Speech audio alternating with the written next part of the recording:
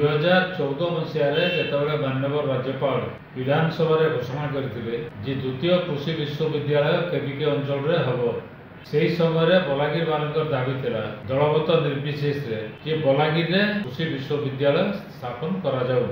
କିନ୍ତୁ ବିଜେଡି ସରକାର ଥିଲା ପର୍ଯ୍ୟନ୍ତ କୌଣସି ନିଷ୍ପତ୍ତି ନେଲା ନାହିଁ ବଲାଙ୍ଗୀରରେ କରିବା ପାଇଁ। ଏବଂ ଯେତେବେଳେ ବିଧାନସଭାରେ ମୁଁ ବାରମ୍ବାର ଦାବି କରିଥିଲି କୃଷି ବିଶ୍ୱବିଦ୍ୟାଳୟ ବଲାଙ୍ଗୀରରେ ସ୍ଥାପନ କରାଯାଉ ବୋଲିକିରି, ସେତେବେଳେ ବିଜେପି ବାଲା କେହି ବିରୋଧ କରିନଥିଲେ।